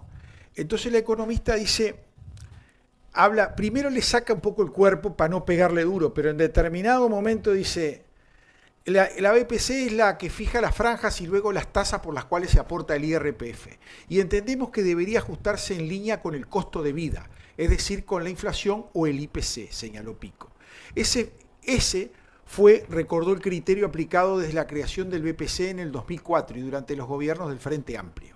O sea, está diciendo que quiere que pague más gente el IRPF. Los defensores de los trabajadores. Estoy en la página del PIT-CNT, no estoy inventándola, ¿no? Pero dice, en cambio, quienes tuvieron un crecimiento, acá dice la mejor parte, dice, ¿no? Efectos crecen por encima dice, la franja, con el ajuste actual, el IPC más un 20, las franjas impositivas crecen por encima de la inflación, según explicó Pico. Esto tiene efectos diferenciados entre los trabajadores. Aquellos cuyos salarios permanecieron constantes o se ajustaron únicamente por inflación van a pagar un poquito menos de IRPF que antes. En el caso de que ya tributaran, ya que las franjas se amplían en mayor proporción que sus ingresos. En cambio, quienes tuvieron un crecimiento de salario real, es decir, aumentos superiores a la inflación, van a aportar algo más. Los trabajadores que tuvieron incrementos de salario real van a tener que pagar un poquito más, dice, porque aprieta, ¿vio? Porque claro, es el PIT-CNT, se está peleando con el amigo, con el hermano. Entonces, no, que lo mantiene todos los meses con la claro, cuota. porque el ajuste de las franjas fue menor al que se hubiera dado si se utilizaba el índice medio de salarios. Y ella más adelante dice acá, en el periodo pasado, durante la administración del presidente Luis Lacalle Pou, en cambio se optó por el ajuste por índice medio de salarios, una posibilidad que habilita la norma, pero que desde el punto de vista técnico no resulta la más adecuada. Claro, paga menos gente, por eso no es adecuada. O sea, ¿qué era lo que estaba haciendo Lacalle Pou? Lo subía por el índice medio de salario y iba sacando gente de a poco. No hacía una reforma a la uruguaya, todo lento y despacito. ¿Está bien? ¿Y por qué digo a la uruguaya y todo lento, despacito? El Uruguay es un país fallido. A nivel económico somos un país fallido. Y yo insisto siempre, que como es arriba es abajo, como es lo grande es lo chiquito, desde la molécula hasta un animal completo, ese incluido el ser humano, que somos animalitos también. ¿Por qué digo esto? Porque hay familias que le gusta irse al clearing y no pagar, por ejemplo, sacar un préstamo y no pagar. El Uruguay está en el medio del río. Si lo mido a nivel de países, yo sé que Cuba no le gusta pagar, Corea del Norte no le gusta pagar y Venezuela no le gusta pagar, o no le gustaba, porque ahora parece que se corrigieron. Con el amigo Trump son grandes amigos.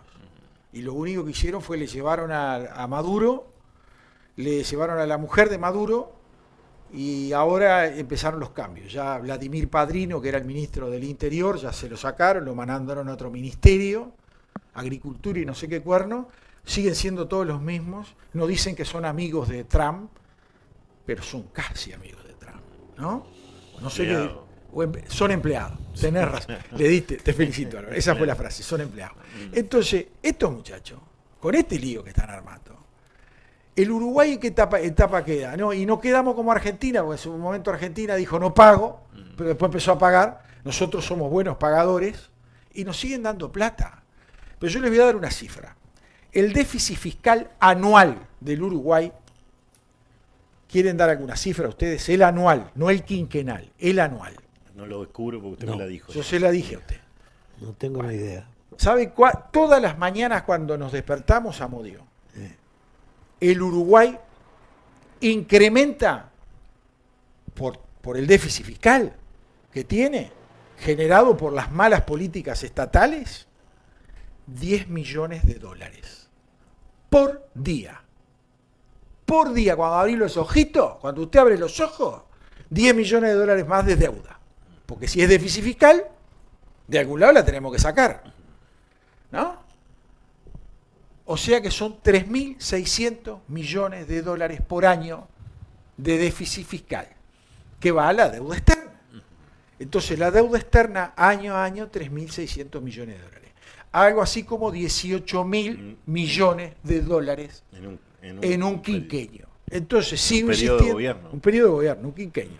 Por lo tanto, ¿qué le estoy diciendo? Que somos un país fallido. Y esto es un consejo que le voy a dar a todos, a los Frente Amplista, al Partido Independiente, al Partido Colorado, a los blancos, a los partidos existentes, al de Salle, a todos. De Luz. Con Luz estuve hablando de esto. Y le encantaron las ideas que yo le dije porque me dijo, eso que decís tenés razón.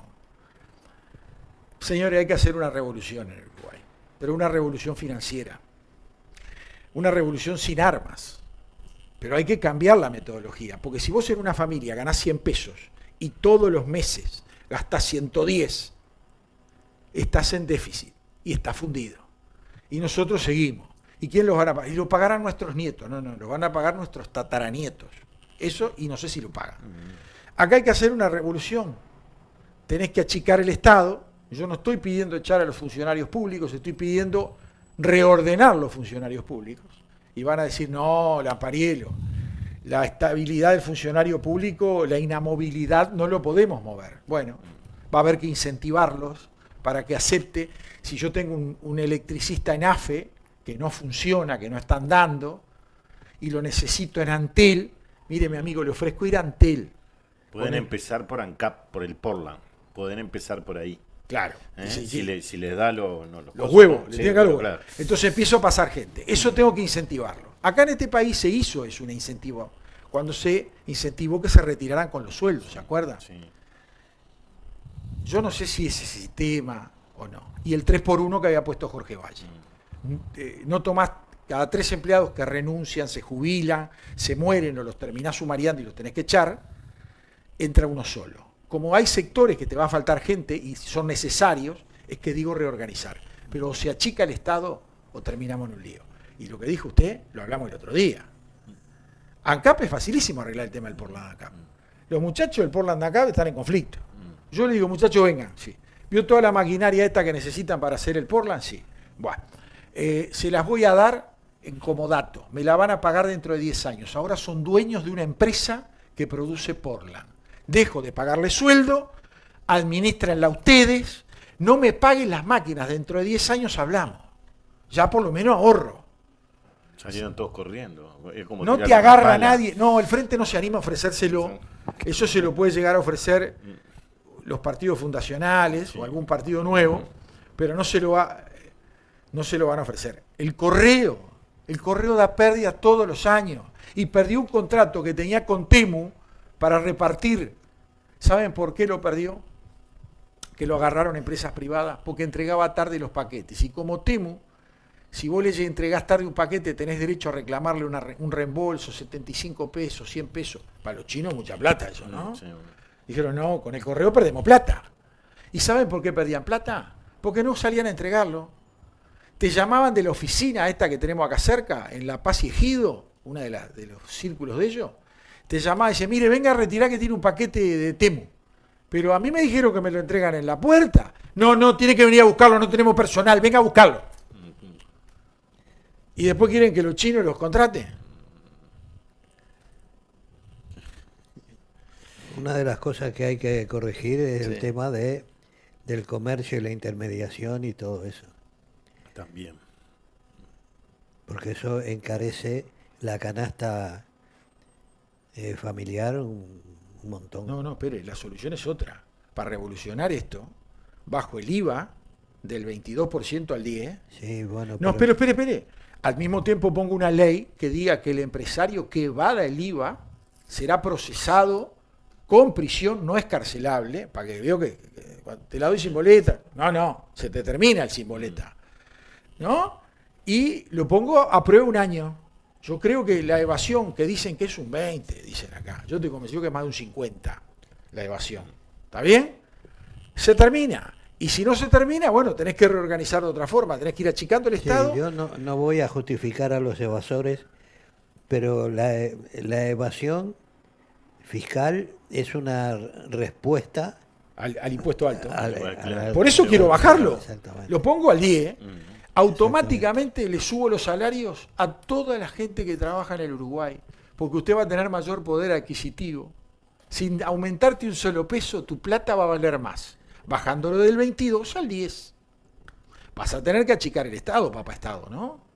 Papá Gobierno lo va a tener que achicar, porque si no revienta. Pero eso va a generar más movimiento. Sí, no, yo lo que pasa es que como hoy me enteré que a los naranjeros salteños, a los productores, le pagan la bolsa 16 pesos y llega a la tienda a 60 y pico de pesos el kilo. Claro, la bolsa 16, Sí, el kilo. sí. Yo dice uno porque estaba tomando agua. Claro. Dije el kilo. Hablando de impuestos, prepárense porque viene otro aumento de combustibles. Claro. Y hoy el ministro, no sé por qué le dijo seguramente, ¿no? Sacar seguramente, decir sí, vamos a aumentar los Pero ellos combustibles. dijeron, Y la ministra la semana anterior también, no, vamos a ver, lo tenemos que ver, tenemos que sacar los números.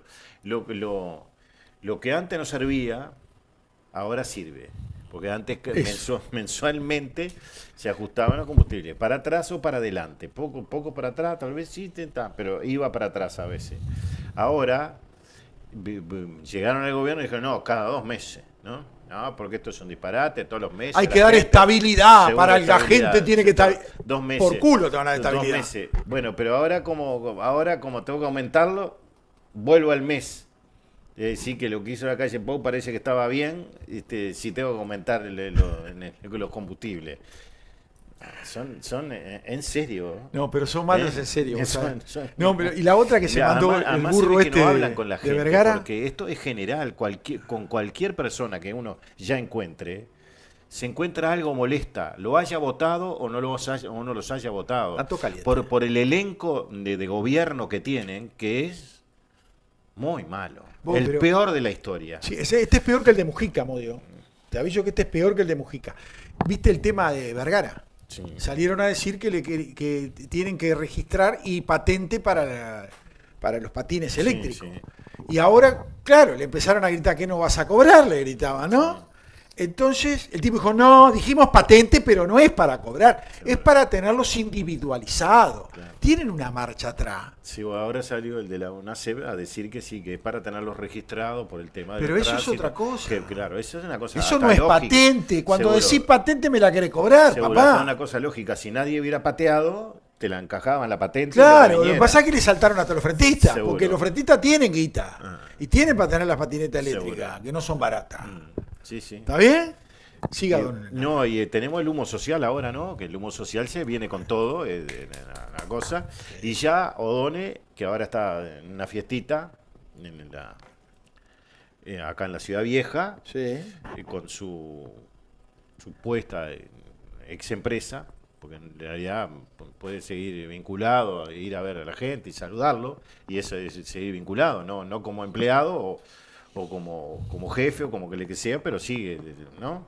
Bueno, ahora están en una fiesta, el Partido Comunista ya le dobló el codito, ¿no? Porque esto de la SAFAP y de la cosa, solo él explica lo que explica.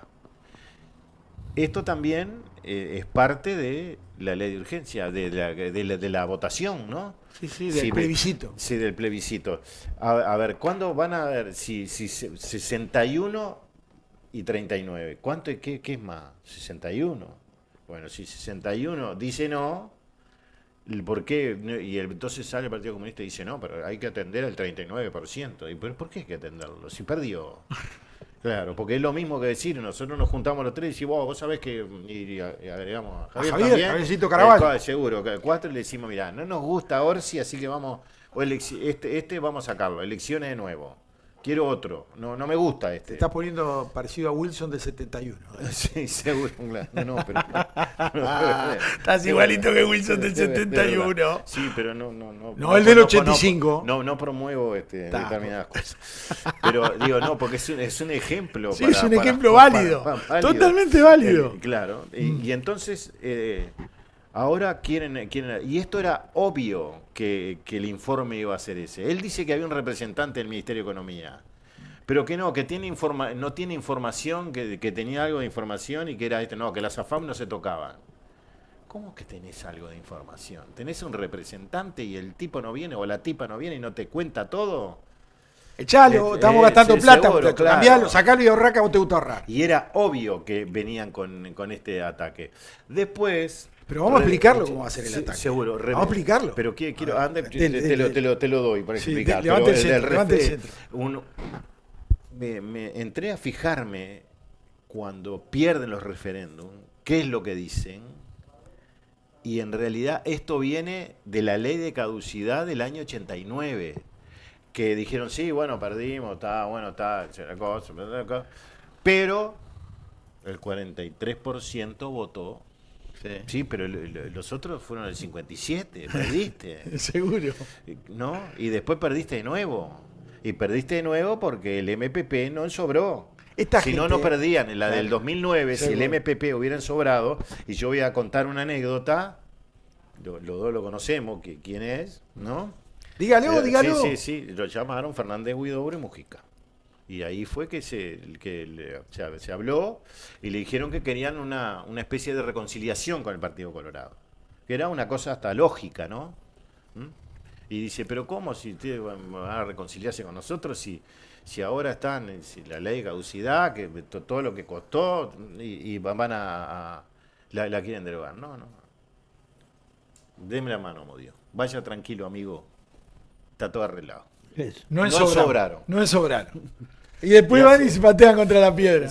Seguro, porque se dan cuenta que si ustedes van a los diarios, lo que sea la época, pero igual se lo vamos a decir ahora, había voto de Pedro Bordaberry que tenían la papeleta.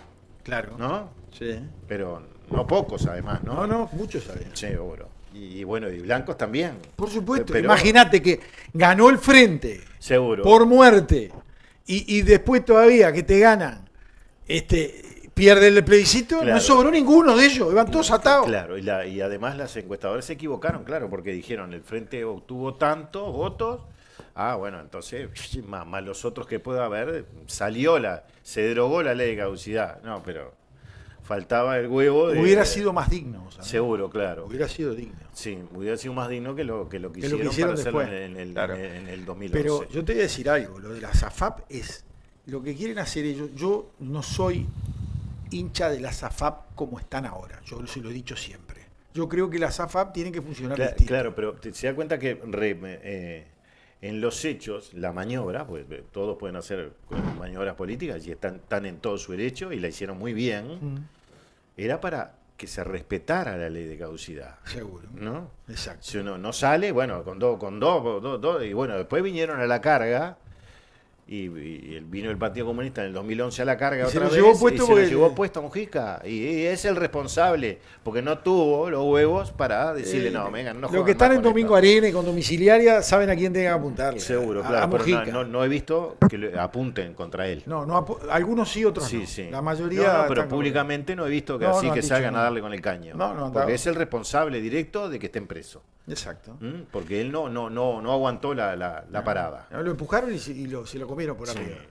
Pero yo vuelvo a la SAFAP. El tema de la SAFAP es simple. Que tengamos cuentas individuales es lo mejor que se hizo. Eso es lo mejor. Evita la joda, evita muchas cosas. Que te controlen, que te estén haciendo los aportes y no te puedan pasar más de 2 meses sin aportar y te avisen, es correctísimo, está perfecto. Ahora, le van a armar un organismo por encima de la SAFAP, más empleo público, ¿no? Y no van a ser baratos eso. Ahora, ellos dicen que es para que dé más ganancia. O sea, van a agarrar la guita y la van a invertir ellos, que es papa Estado, sin avisarte a vos.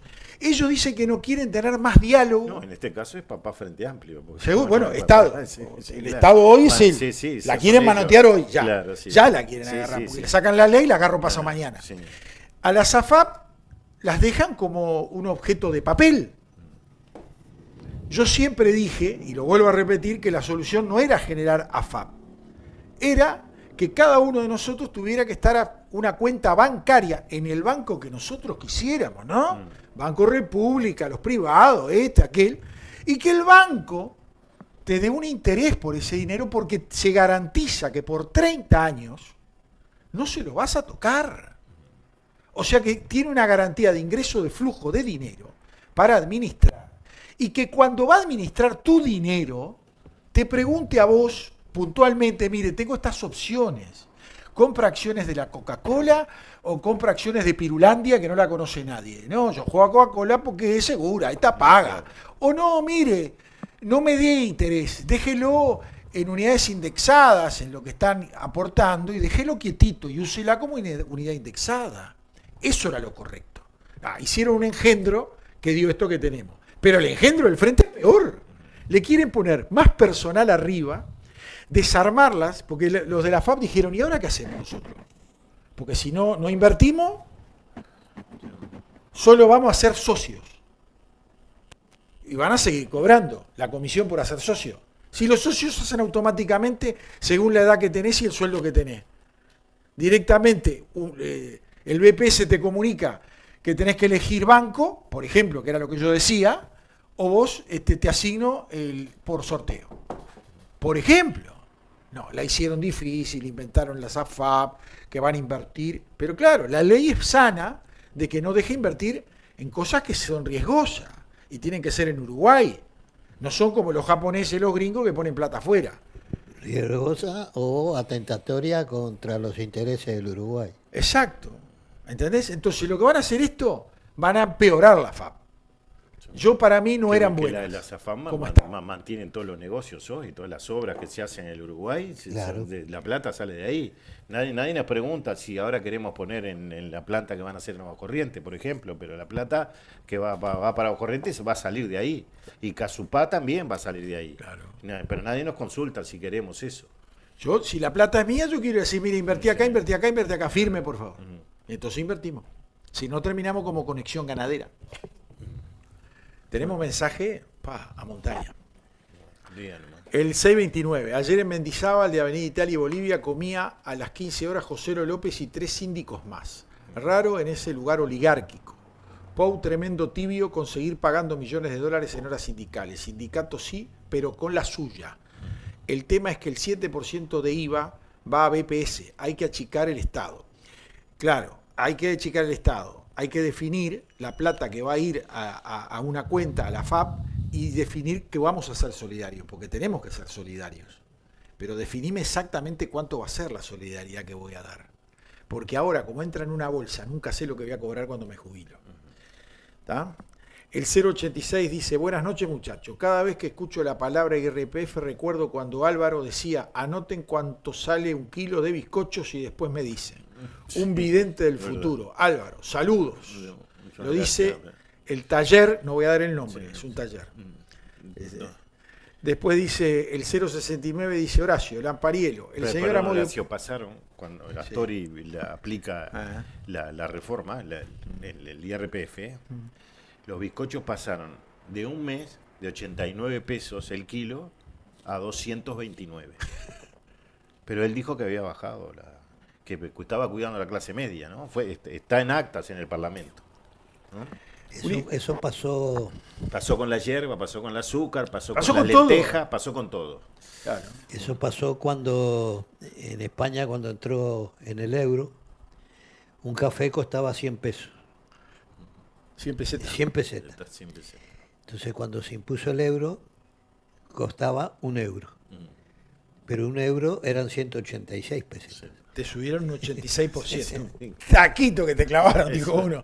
Escucha, el Y 060. como eso todo. Sí, claro, eso es el ejemplo Bueno, uno. El 069 dice Horacio Lampariello, el señor señor Amodio Pérez y Álvaro Alfonso debieron dejar la percha para el estreno del cortometraje. Bye. El 561.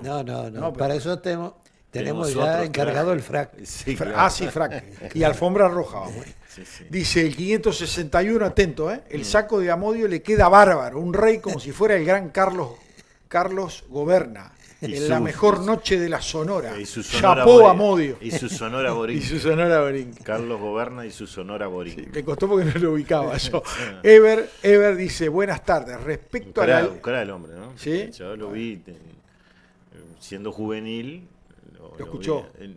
Vi su actuación, porque era en aquellos años iban orquestas muy buenas al interior. Cierto, ¿no? Y cierto. bueno, lo vi en Santa Lucía, en la cancha de Bocha. Pero no te acordás, aquí los festivales de cine de Punta del Este, Sí.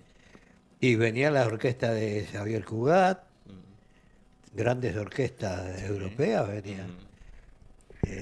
No recuerdo ahora los años, pero era ya por los años 50. Yo, Parecía el Peñarol de Spencer Con- y Goya, con- esta gente, cuando ¿no? cuando Abby Lane era la novia de Xavier Cugat, Que lo tiró. que podía ser su padre, fue un escándalo en aquel entonces. Pero era bonita ella. Sí, bueno. Y el hombre dijo, me saco el gusto. No, se hablaba tenía las piernas aseguradas, no me acuerdo en qué cantidad de millones de dólares o de pesos. No sé. ¿Ella o él? Ella, ella. ella. Las piernas eran de ella. El hombre tendría la voz. El Heber dice, buenas tardes. Respecto a la ley que tendrá que modificar la administración de la SAFAP, Cabildo Abierto dijo que no dará los votos. No sale. Sí, pero que no salga no quiere decir que ellos no quieran sacarla. Entonces yo quiero que entiendan algo. No podemos seguir en pendiente hacia abajo. Y voy a hacer la definición esta. Con el gobierno de la calle Pou, la pendiente de caída del país era más lenta. Había que revertirla hacia arriba. La calle Pou no la revirtió hacia arriba, evitó la caída más rápida, le iba sacando despacito. Por eso la explicación de las franjas del IRPF del IAS. Pero en el caso puntual del frente, no les importa un carajo. Con este nos vamos a la misma miércoles. Humberto dice, buenas noches. En el libro de Luis Nieto, La guerrilla innecesaria, en su segunda parte, da una descripción de lo que es Cuba después de años de dictadura de Fidel Castro. Sí. Compré el libro para tener opinión de un ex guerrillero sobre el MLN y me encontré con una descripción clara del desastre del gobierno socialista cubano. Me gustaría saber la opinión del señor Amodio Pérez sobre este relato de Nieto. Saludo para los tres, Humberto. En realidad comunista, ¿no? Porque él se declaró Sí. marxista-leninista Sí, claro, en diciembre de 1961. Sí, eso es cierto. Después tenemos, y la verdad que me preocupaba bastante que salieran, mensaje de los colores, dijo uno. No, yo estoy completamente de acuerdo con Luis. Yo durante mi juventud yo fui defensor de la Revolución Cubana. Después, con el paso del tiempo, me fui dando cuenta que se convirtió en una dictadura, y para mí ese es el problema. No que fuera socialista o comunista, que yo creo que no fueron ni una cosa ni la otra. Fue de boquilla para tener el apoyo de la Unión Soviética, nada más. Pero fue un vulgar que tuvo algunos avances en cuanto a la alfabetización y todas esas cosas, seguramente. toda dictadura tiene su cara buena también, incluso la uruguaya, ¿no? Es Acá- así. Claro, sí, sí. Hoy me enteré Sí. que en Salto hoy se probaba la alarma de la represa. A ver si sonaba. Estamos en el horno. Estamos en el horno. Nunca se había probado. Y parece que sonó. Eso no. Sí, suerte que fue la alarma y, Sí, no, la- y no la taguía. Toda la maquinaria dice Unión Soviética, ¿no? Eso fue un canje que hizo la dictadura. Exactamente. Sí. Claro, No nos sí. peleaban, ¿no? Son comunistas, pero... y los comunistas dijeron que le iban a comprar a Bordaberry Sí. carne, que Carne. le iba a comprar Polonia, y creo que le vendimos una partida sola y después no le vendimos más porque nos cagaron los comunistas. Ricardo dice, esta para usted, por sobre todo después de mucho tiempo, quizás soy de los primeros, destaco el gran amor que le profesa Amodio a su Alicia, dice. Y luego dice, es una emoción grande ver cómo un hombre da vueltas para decir te amo, que puede ser que siguiendo no lo diga directamente. Después tenemos otra de Lucio Cruz, $1.000 por preso, signo de admiración. Si llegara esa cantidad a cada preso, las cárceles serían hoteles. Coincido con usted. Sale muy caro, sale muy caro. Después tenemos... Lo que pasa es que yo me acuerdo cuando yo estaba preso en Punta Carreta, un día el coronel Cirilo, que era el director, Sí. pidió que el MLN, vamos, que los presos políticos nombraran una comisión porque él quería hablar con nosotros. Entonces fuimos Marenales y yo. Entonces nos planteó que formáramos una escuela, que formáramos intelectualmente a los presos comunes, que les habláramos de las normas de conducta, del alcohol, y salió el tema de la comida. Entonces el coronel Cirilo nos dijo, ustedes no se podrán quejar por la comida. Dice, porque el cordero que se sirvió antes de ayer era de primera. Y nos miramos con Marenales.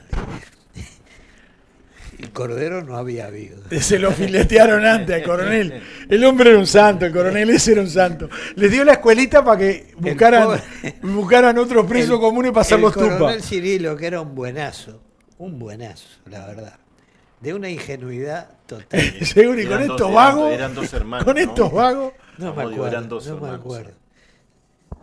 Se nos quedó mirando y se dio cuenta que no había habido cordero.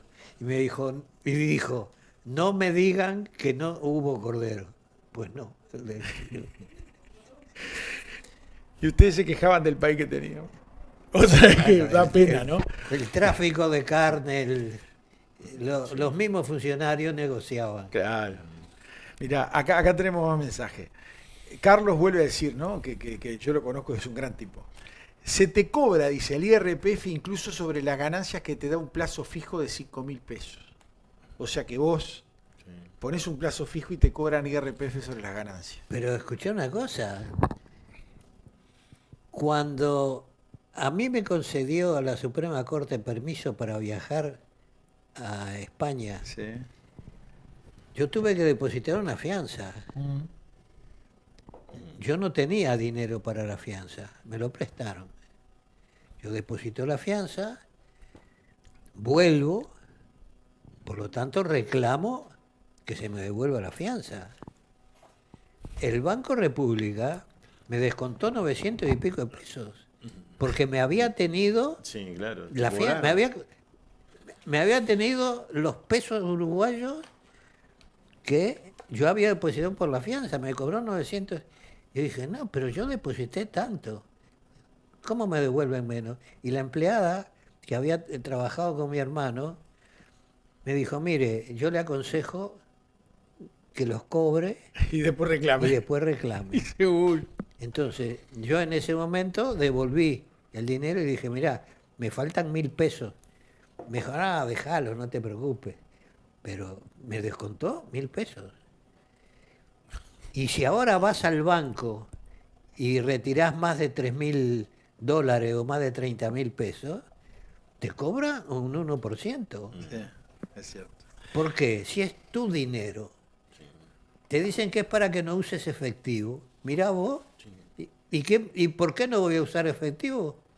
Gasto menos con Si efectivo. yo quiero usar efectivo. Acá ¿Por dice, Javier dice, y a Cuba tampoco le gusta pagar, es verdad, estábamos hablando de las deudas. Y a Uruguay, Lucio Cruz dice, Uruguay importa hasta los fósforos, ¿cómo no va a ser un país fallido? Y sí, Por es cierto, supuesto, porque no incentiva las Por empresas. supuesto. Incentiva la mano de obra. Pero si estamos importando la fruta de Chile. Claro. Dice acá otro, Carlos dice, sueldo bueno, fíjate ahora en cuánto arranca y se aplica a todo ingreso que tengas. Eso no les ofende ahora, son unos cínicos. Otro disparate jurídico, la derogación de la ley de caducidad en el 2009. Como no generaba efectos de la derogación, proponían la anulación de la ley, una figura jurídica que no existe en el derecho, y es verdad. Lo que dice el señor Lamparido tiene razón, yo pensé así también. Ahora uno mira el estado de cuentas que le pasan y está lleno de seguros. Y claro, ese es el problema. Por eso yo digo que las cuentas tienen que ser individuales.